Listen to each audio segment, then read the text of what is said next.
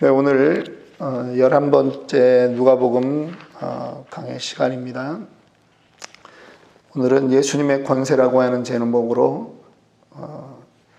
어제 우리 읽었던 말씀이지만 그 말씀 가운데 그 6절 부분 이 모든 권세와 그 영광이라고 하는 그 부분에 조금 더 집중적으로 말씀을 전하고자 합니다.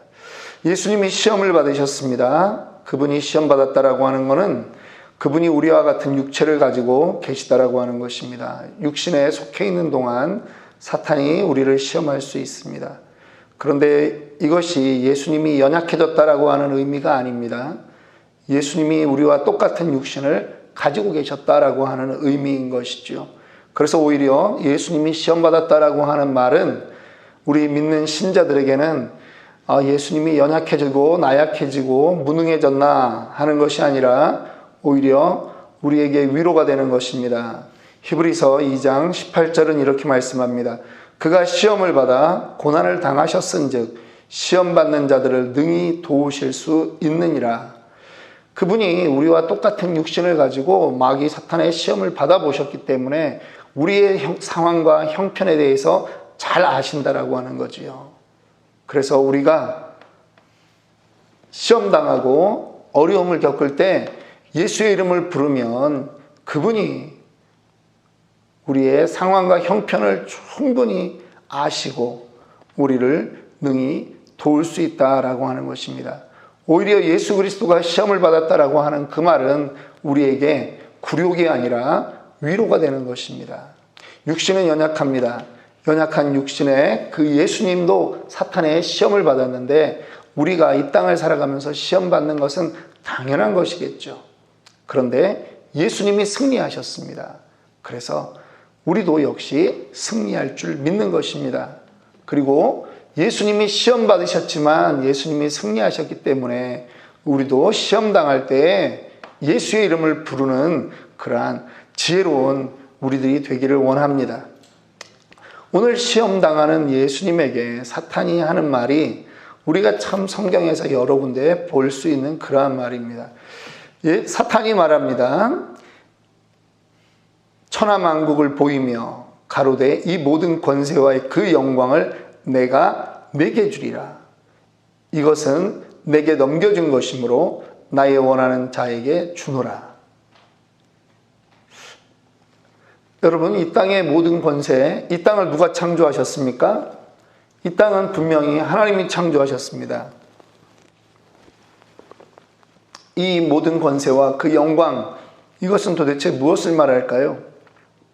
이것은 창세기 1장 마지막에 하나님이 아담에게 이 땅을 다스려라, 이 땅을 정복하라, 이 땅에 충만하라 라고 하는 그 사명을 주셨는데 지금 이 땅에 대한 그 사명의 그 부름받은 자로서 아담이 하나님 앞에 충성되이 살지 못한 것이죠. 시험을 당했습니다. 첫사람 아담이 사탄에게 넘어진 것입니다. 졌습니다. 이 권세가 무엇인지를 몰랐다라고 하는 거예요. 이 권세가 얼마나 대단한 것인지 몰랐다라고 하는 것입니다. 또 성경에 그런 사람이 있습니다. 장자의 명분을 함부로 생각해서 팥죽 한 그릇에 팔아버린 에서가 있습니다. 히브리서에 보면 이 에서는 미련한 자의 대명사라고 하는 것이죠. 소중한 것이 왜 소중한지를 몰랐다라고 하는 것입니다. 첫사람 아담이 그랬습니다. 그 권세에 대해서, 그 능력에 대해서, 그 영광에 대해서 제대로 인식하지 못했다라고 하는 것입니다. 그래서 사탄의 꼬임에 넘어가 그가 죄를 범하게 됩니다. 사탄의 종노릇하는 자가 된다라고 하는 것입니다. 사탄이 이제부터는 그 인생들을 아담의 DNA를 가지고 태어난 모든 자들에게 사탄이 그들을 권세를 부릴 수 있는 그러한 여지가 마련된 것입니다. 사람들이 하나님으로부터 멀어집니다. 오히려 사탄이 가르쳐준 그 세상의 논리대로 살아가게 되어 있습니다. 그런데 우리는 여기서 이제 질문해야 됩니다. 그러면 사람에게 주셨던 그 영광, 권세, 그것을 이 땅을 다스리는 그러한 부분에 대한 것을 지금 사탄에게 넘겨줬다라고 해서 하나님의 권세와 영광이 사라졌느냐라고 하는 것입니다. 하나님에게 영향이 있었을까요? 여러분, 우리가 죄를 짓는다고 하나님에게 영향이 있습니까? 우리가 죄를 지어도 하나님에게는 절대 영향이 없습니다. 단지 하나님의 마음이 아플 뿐입니다. 왜냐하면 하나님이 창조하셨고 하나님이 가장 아름답게 자라기를 원하는 그 하나님의 자녀들이 죄로 인해서 이그러진 모습으로 살아가니까, 올바르지 않은 모습으로 살아가니까 하나님의 마음이 아픈 것이지, 우리가 죄를 짓는다고 하나님에게 영향이 가는 것은 아니다라고 하는 것입니다. 이 땅의 부분에 사탄이 잠시 잠깐 왕노릇할 수 있습니다. 그러나 본질적으로 하나님의 권세와 영광에는 문제가 없다라고 하는 것입니다. 이제 그 죄인된 우리의 그 형상을 회복시켜 주기 위해서 예수 그리스도께서 이 땅에 오십니다.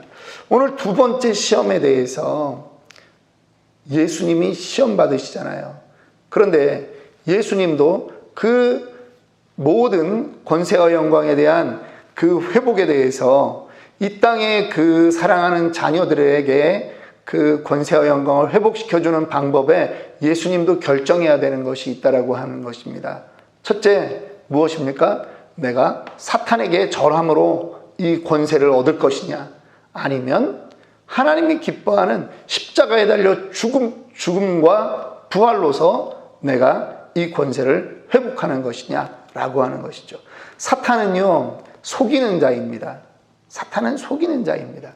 자기가 가지고 있는 것이 마치 전부인 것처럼, 예수님에게는 지금 이 연약한 모습 그대로인 것처럼. 그런데 그게 아니죠. 사탄은 잠시 잠깐 왕노릇할 뿐이지 그의 권한과 영광이 모든 것, 영원한 것 아니라는 것입니다. 그런데 예수님 지금 금식하고 40일 금식하고 연약해 있는 그 예수님에게 지금 속이는 것입니다. 영광에 도취해서 이 세상 모든 걸 줄 테니까 나에게 절하면 된다. 지금 그렇게 장난질하고 있는 것입니다. 우리는 이 권세라고 하는 말, 영광이라고 하는 말을 오늘 또 다른 본문에서 우리는 보게 됩니다. 마태복음 28장 18절로 20절을 우리가 함께 읽었는데요. 하늘과 땅의 모든 권세를 내게 주셨으니, 이 동일한 문장입니다. 사탄이 예수님에게 얘기했던 그것과 지금 예수님이 말씀하시는 것과 동일합니다. 여러분, 예수님의 이 모든 권세, 예수님이 가지고 있는 본질적으로 가지고 있는 권세입니다. 사탄은 잠시 인간에게 주어진 그 권세들을 받고 장난을 치는 것일 뿐이죠. 여기서 권세라고 하는 말은요, 오히려 이제 정확하게 번역을 하자면 권한, 이렇게 보는 것이 옳겠다 생각이 됩니다. 예수님이 그러한 하나님으로서 본질적인 그 모든 권한을 가지고 계십니다. 그분이 우리의 죄와 우리의 모든 것을 사할 자격과 지위, 권한을 가지고 계신 하나님이십니다. 그분은 십자가에 못 박혀 죽기 전과 부활 이후에도 그 권한, 그 능력에는 본질적으로 차이가 없는 것입니다. 그런데 마태복음 28장 우리가 18절을 보면 이 뉘앙스를 보십시오. 예수께서 나와 말씀하여 이르시되 하늘과 땅의 모든 권세를 내게 주셨으니, 이전에 없던 권한을 방금 획득했다라고 하는 뜻으로 우리가 볼 수 있는데, 이것은 우리가 어떤 의미로 이해해야 되느냐? 마태복음 11장 27절에 예수께서 이렇게 말씀하십니다. 내 아버지께서 모든 것을 내게 주셨다라고 이미 말씀하십니다. 사탄이 주고 말고의 그러한 것이 아니라는 거예요. 지금 예수님은 부활 전과 부활 이후에 그 권한과 능력에 우열이 없는 것입니다. 그러나 예수님이 육신을 입고 있는 동안에는 예수님이 이 육신적인 그 육신의 한계가 동일하게 있는 거죠. 안 먹으면 배고프고 오래 걸으면 피곤하고 그러한 육신의 한계는 있는 것이지만 예수님이 하나님으로서 가지는 그 권한, 이것은 육신을 입고 있을 때나 부활 이후에나 동일하다라고 하는 것입니다. 빌립보서 2장 5절부터 11절의 말씀, 6절부터 좀 보면 예수님의 권한에 대한 부분을 우리가 조금 생각할 수 있는 여지가 있습니다. 그는 근본 하나님의 본체시나 하나님과 동등됨을 취할 것으로 여기지 아니하시고 오히려, 그러니까 예수 그리스도는 처음부터 하나님의 본체셨습니다. 하나님과 동등하셨습니다. 그러나 오히려 자기를 비워 종의 형체를 가지사 사람들과 같이 되셨고 사람의 모양으로 나타나사 자기를 낮추시고 죽기까지 복종하셨으니 곧 십자가에 죽으심이라. 예수님 스스로 그 길을 가셨다라고 하는 것입니다. 능력이 없어서 간 게 아니에요. 능력이 없어서 십자가에 달린 것이 아니라는 것이죠. 그러므로 하나님이 그를 지극히 높여 모든 이름 위에 뛰어난 이름을 주사 하늘에 있는 자들과 땅에 있는 자들과 땅 아래에 있는 자들로 모든 무릎을 예수의 이름에 꿇게 하시고 모든 입으로 예수 그리스도를 주라 시인하여 하나님 아버지께 영광을 돌리게 하셨느니라. 예수님이 부활 전에는요, 육신을 입고 있을 때는 자신의 신적 권한을 일시적으로 제한하는 거예요. 그래서 십자가에 못 박혀 죽는 거예요. 신적 권한을 사용하면 예수님이 하늘의 12영을 불러서 지금 이 자리에 불을 내릴 수도 있지만 예수님 스스로 그거를 하지 않는 거예요. 구원을 위해서 나약한 인간의 모습처럼 그렇게 죽는 거예요. 고통을 감내하는 것입니다. 죄인들의 그 죄를 예수님 한 몸에 오로지 전가해서 그렇게 죽으시는 것입니다. 그러나 본질적으로 예수의 그 능력과 권한은 육신의 몸을 입고 있을 때나 부활 이후에나 제한이 없었다라고 하는 것을 우리는 믿어야 하는 것입니다. 그러면 하늘과 땅의 모든 권한을 가졌다라고 하는 이 말은 무엇일까요? 아이고.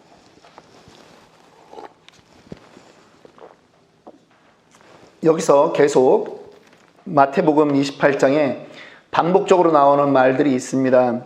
모든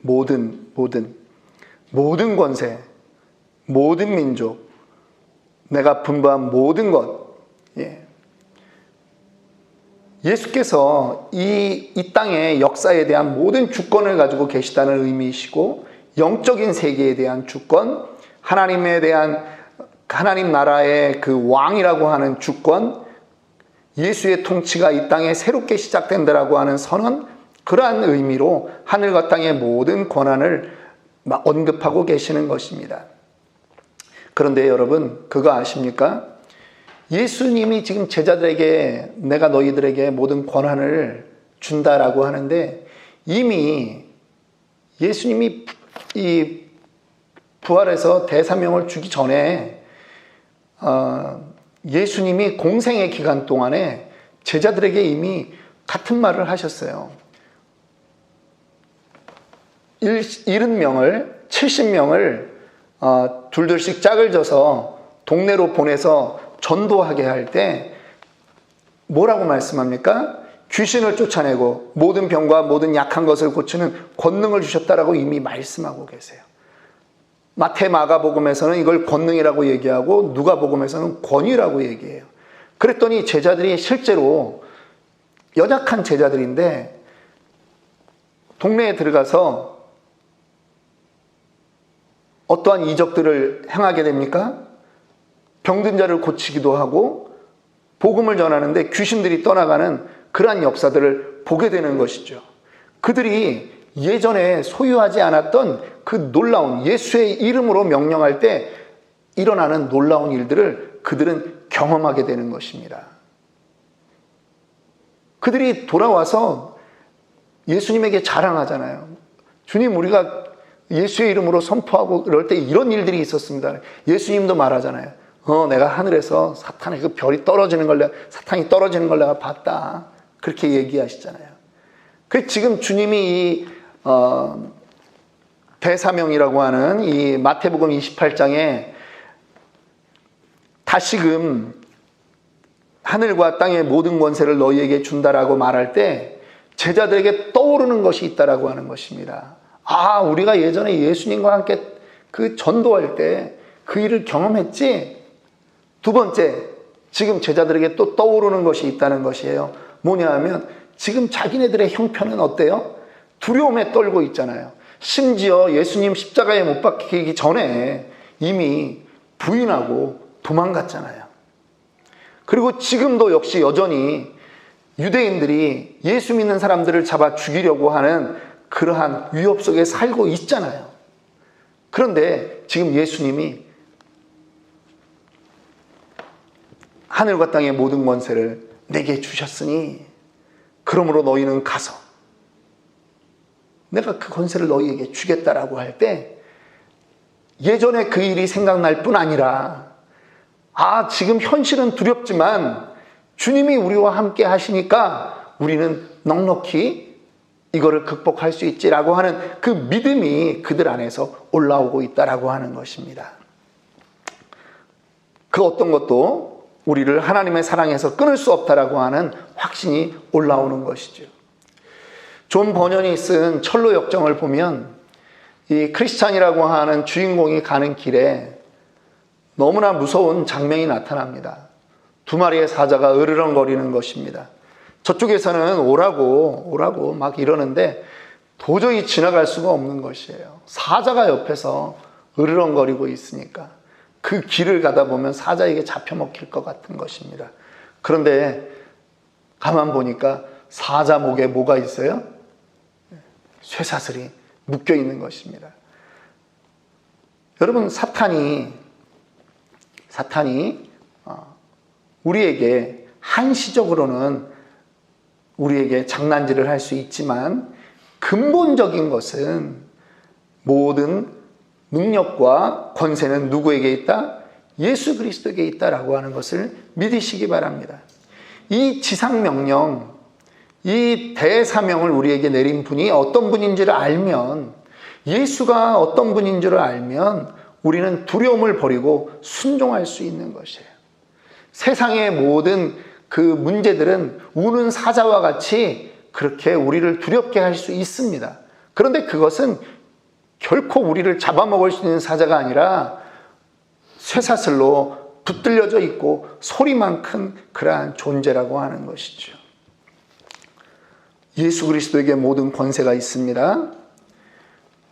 마태복음 10장 29절에 28절에 주님이 이렇게 말씀합니다. 몸은 죽여도 영혼을 능히 죽이지 못하는 자들을 두려워하지 말고 오직 몸과 영혼을 능히 지옥에 멸하실 수 있는 이를 두려워하라. 참새 두 마리가 한 아사리온에 팔리지 않느냐.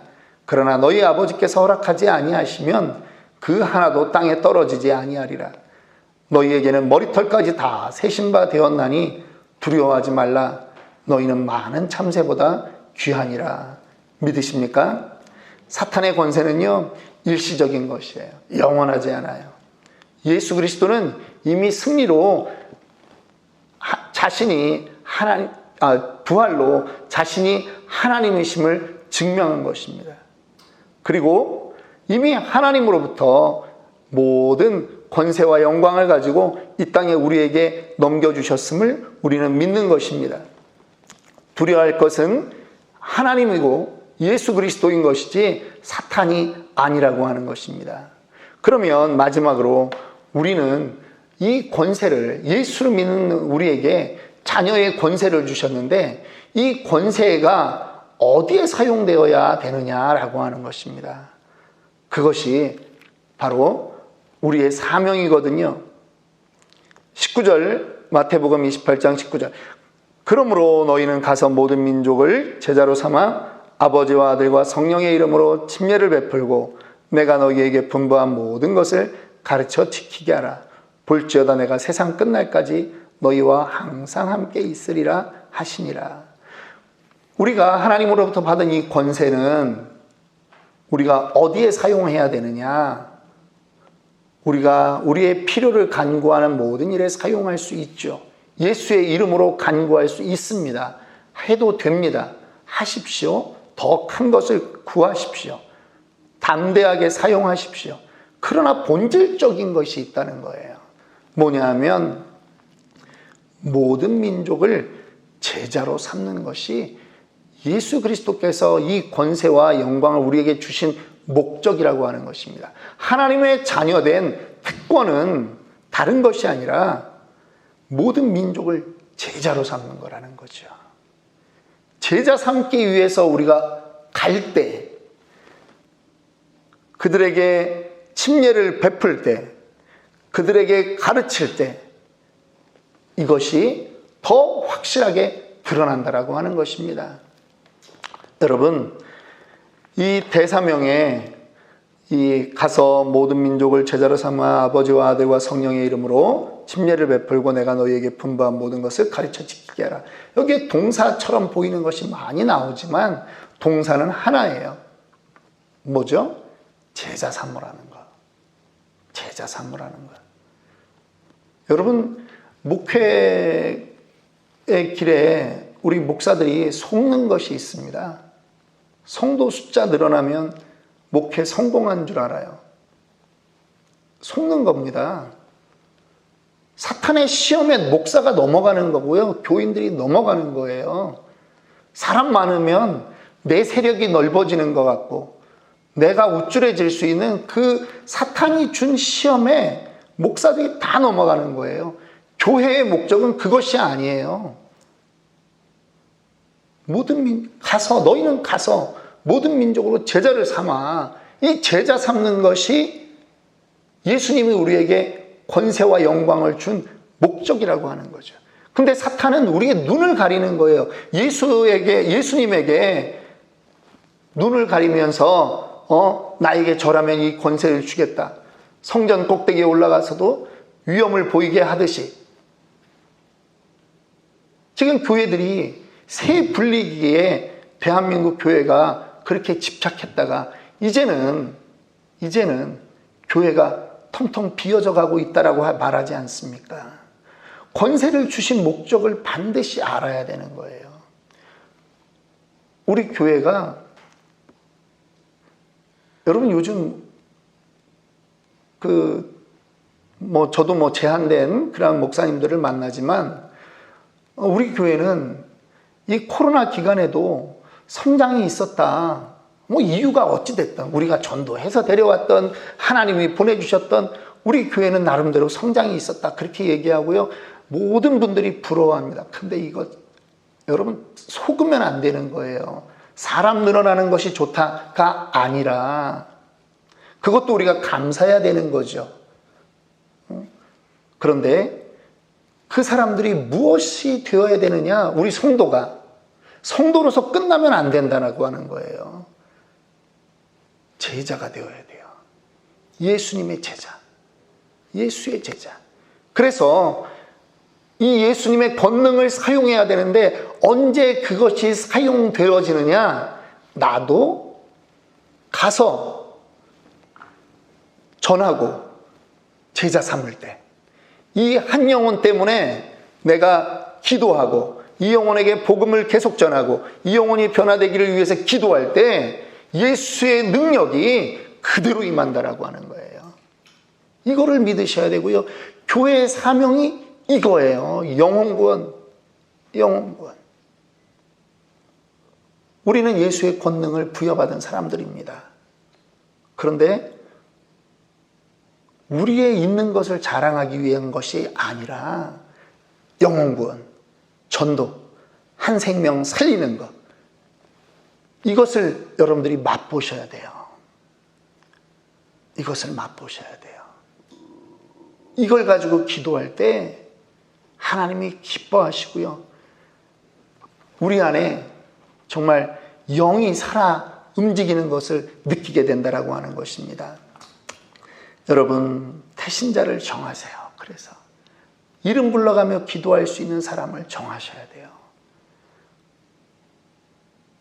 그 영혼 위해서 하나님이 일하실 거를 기도하셔야 되고요.